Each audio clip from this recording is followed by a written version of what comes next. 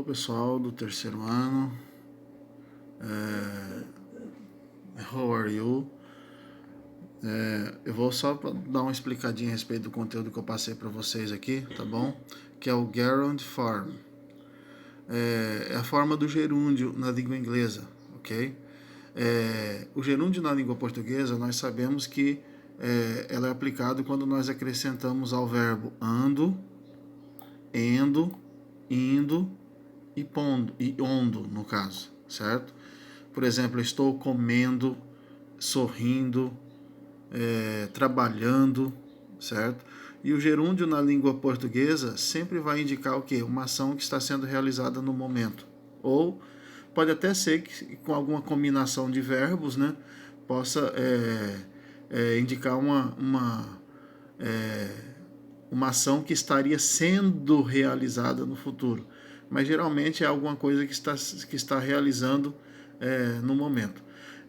Na língua inglesa, o gerúndio ele é determinado pelo acréscimo do sufixo ing, tá? A forma gerúndio no inglês nem sempre é exatamente um gerúndio como o gerúndio no português, tá? Igual como eu falei para vocês, nem sempre o ing no inglês vai ser equivalente ao indo, endo e ondo ou ando, ok? Quando que o ing equivale a isso? Quando ele é aplicado no present continuous, que é quando você fala assim, I'm eating, ou seja, eu estou comendo, I am eating, tá? Então isso é o present continuous, que vocês já viram em anos anteriores, tá?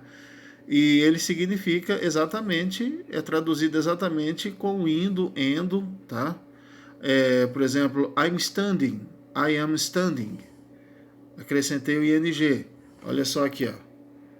Deixa eu colocar aqui, ó. I am. Eat é o verbo comer, certo? Vocês estão vendo aí que eu coloquei. Agora, se eu acrescentar o ing, vai ficar eating. Quer dizer, eu estou comendo. Esse é o present continuous na língua inglesa, tá? Onde eu acrescento o ing e significa exatamente e equivale exatamente ao acréscimo do ando, endo, indo, tá?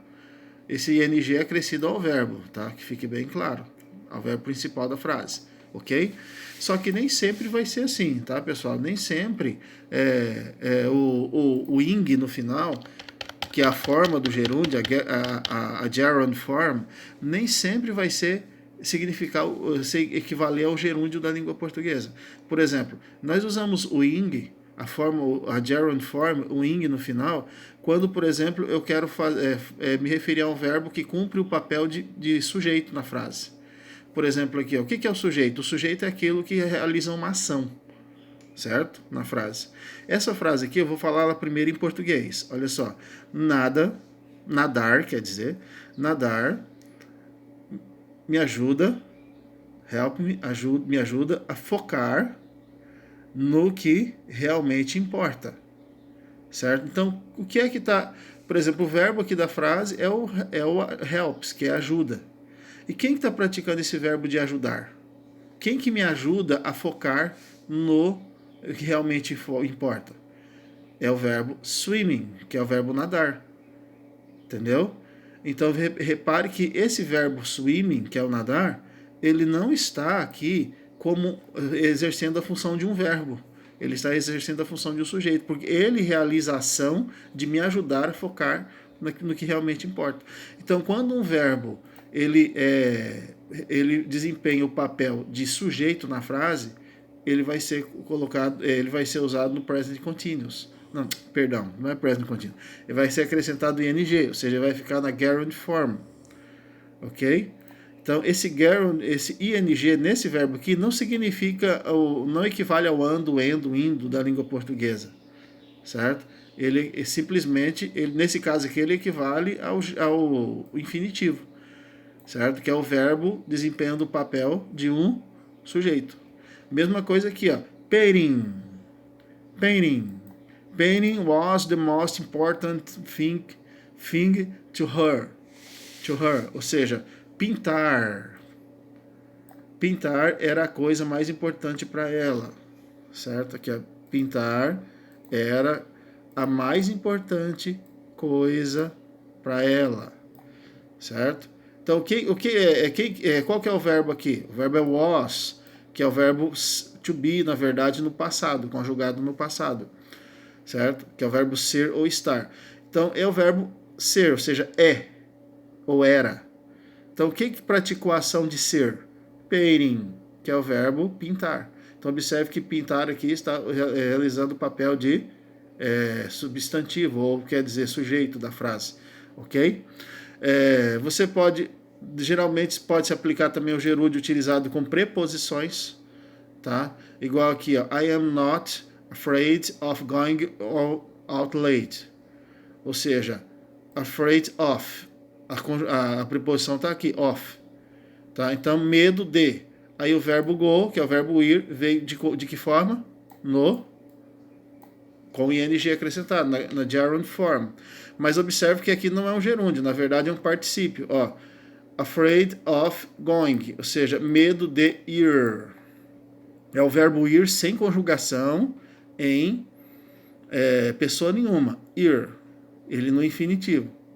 Ok? Então, com preposições, logo depois do of, que é a preposição de equivalente na língua portuguesa, aí o próximo verbo vem na gerund form, ou seja, com ing acrescentado, ok? Você pode usar também com substantivo mais preposição. Tá? Aqui, por exemplo, aqui, ó, chance of being, chance de ser, ok? Chance de ser, ó, a preposição. E aí, aqui antes da preposição vem o quê? Um substantivo, que chance é o substantivo. E depois vem o verbo na gerund form, no gerund form, com acrescido de ing. Porque aqui vai ser ser, ou seja, é o verbo sem conjugação, no infinitivo, ok? Depois de verbo mais preposição. Aqui. Depois de verbo mais preposição. Tá? I think about going. Olha só, qual que é o verbo aqui? Think, que é o verbo pensar ou achar, né? Eu pensei. Aí vem a preposição about, que quer dizer sobre, tá? E por fim vem going, certo? Going, que é o verbo ir, certo? Aí tá assim, eu pensei, não, que no caso eu penso, eu acho, eu penso sobre going back, quer dizer voltar. Observa que o próximo verbo veio com ing, certo? Na verdade, pessoal, todas as vezes que o verbo, ou pelo menos em quase todas as vezes que o verbo na língua inglesa for colocado, ao traduzir para o português, ele ficar no infinitivo, ou seja, sem conjugação, ele pode ser aplicado nele a gerund form, ou seja, o ing no final, tá? Se eu falo assim, eu nado, então eu não posso colocar ing, porque eu estou traduzindo, eu estou conjugando na primeira pessoa. Mas agora quando fala assim, nadar, quando a tradução é nadar, ou seja, o verbo sem nenhuma conjugação, no infinitivo, na maioria das vezes você vai poder aplicar o ing, tá? Gerund form, ok? Tá. Os exercícios, tá? Os exercícios que você vai ter que fazer, você vai preencher as lacunas com o verbo que está entre parênteses no modo gerúndio, na gerund form. Faça como no exemplo da letra A, certo? Olha só aqui, ó, o verbo entre parênteses é run, que é o verbo correr. Então aqui você vai colocar ele na gerund form, ok? Certo?